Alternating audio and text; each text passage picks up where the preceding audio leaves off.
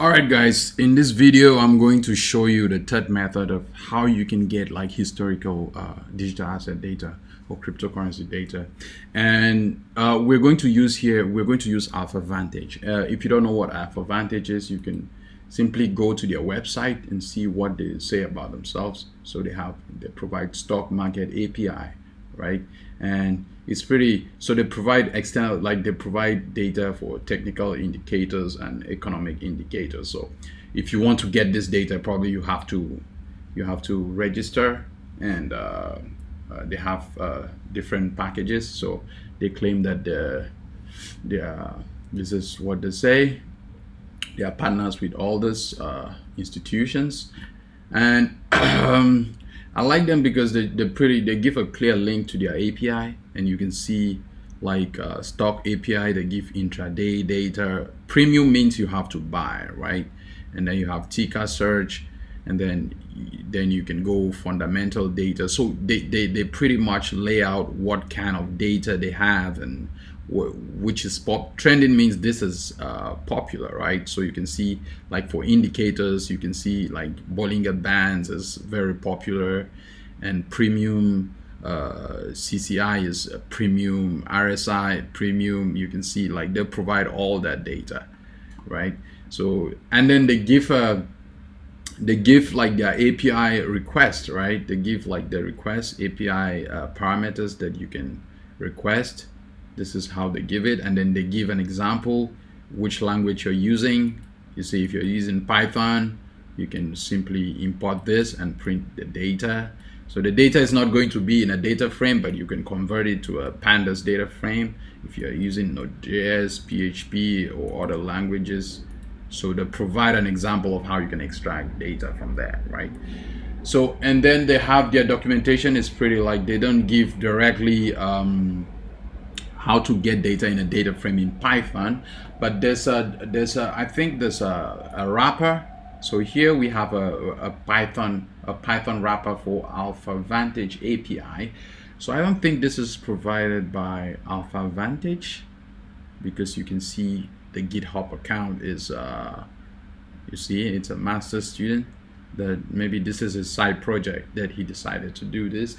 And you can see it's been a long time since this project was updated, right? So it's not being maintained.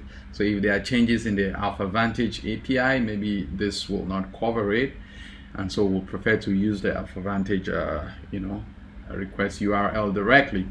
So if you still want to try this out, you can try it, and they have examples how to install the package and all that, right?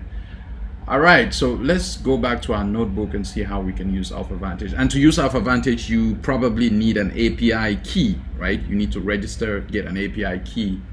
So we want to retrieve historical data, and for crypto and Alpha Vantage, right? So so in Alpha Vantage, if you're getting historical data, they're going to give you just 1,000 historical data points. So if you're getting daily data, they're going to give you 1,000 historical data points. If you want further than that, then you have to get a paid service, right? And so what we are looking at here is how can we get the data, right? So to get historical data, like we saw in India documentation. So if you want to get Forex data, cryptocurrency data, right? This is how cryptocurrency data, if you want to get it in Python, you can get a request like this, right? So it says, so you can see the function you're calling is currency exchange rate, and you want to define the currency you're calling from. So for example, they're saying you're getting BTC CNY. CNY should be Chinese yuan. So you're getting the BTC CN yuan pair, and then the API key is your API key. So you can write demo here. So let's just copy this, right? Let's copy this and go to our notebook, right? And just, I think it's the same thing I did previously, right? All right, I'm just gonna run this.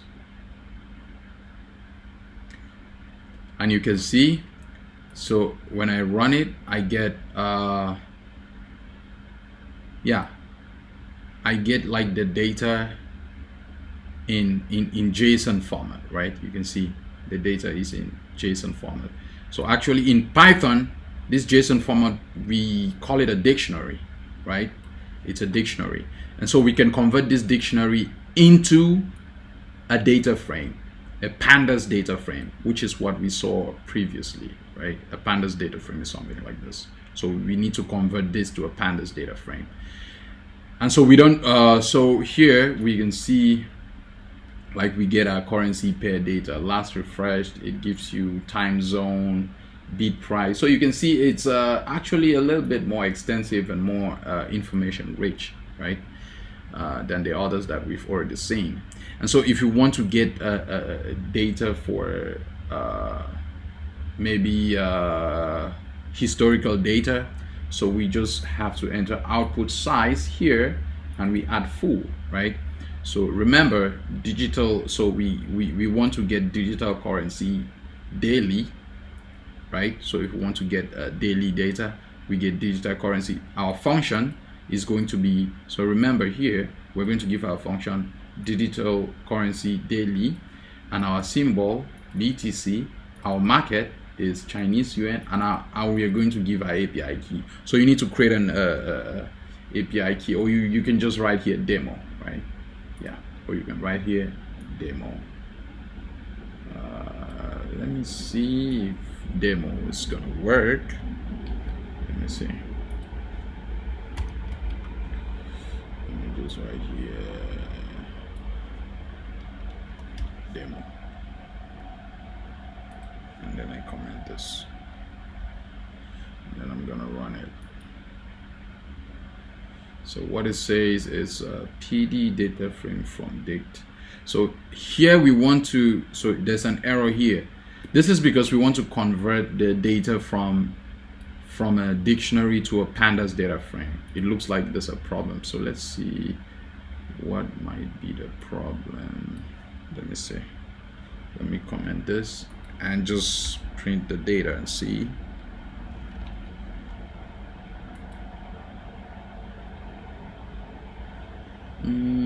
Information, the demo API key is for demo purpose only. Please claim your API key. So probably they don't want to give me the data because I'm using a demo API key. So let me use, I already input my data, my API key. So let me try. Let me use this call. There's an API key here, come on. Invalid API call. Please try to visit the documentation. Ooh. I think I input my API key here. They're saying invalid. I don't know about that. But since it's not working, I'm just going to show you a notebook I worked on already. And then I'm going to show you how that works, right? So take a look at this. This is a notebook that I already prepared for this. I already worked on it. And for so how to get the data from where is that? Okay, yeah, this is the request. So this is what I'm trying to run right here, and it's not working. I don't know why. They are saying maybe my API key expired, maybe. And so here I run the request, and this is how the data comes, right? The data comes like this. So we have open. I don't know why they put, so they have the Chinese yuan and USD open, the Chinese yuan, USD close. So actually they can give you different pairs, right? But I want to also include the USD. And then you can see the market cap and the volume, right? So when you're using different APIs, you get like different sources of information, right?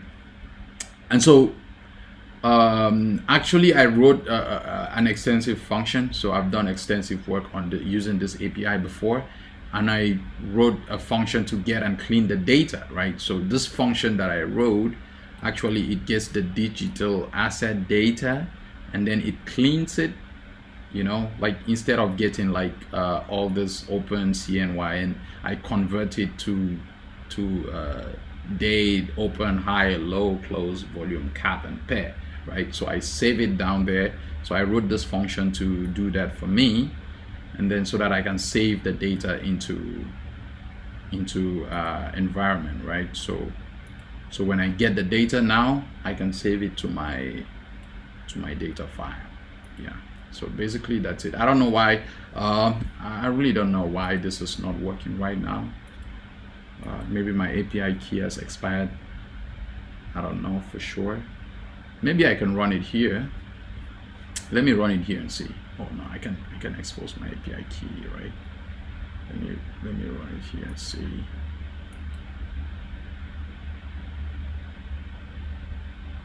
I think they're still talking about. Let's see. Seems to be working. Yeah, I think my API key has expired. My API key has probably expired. I need to get a new one, right? Yeah, I'll do that. But I already worked on this before and it worked perfectly fine. I'll look at what is the problem later. All right, guys, so that's how you can get your digital asset data. So I'll share this notebook. When you get it, you can just directly go create an API key and try to work on it. And this is how you can get your digital asset data. And so you know how to save the data and you know what to do.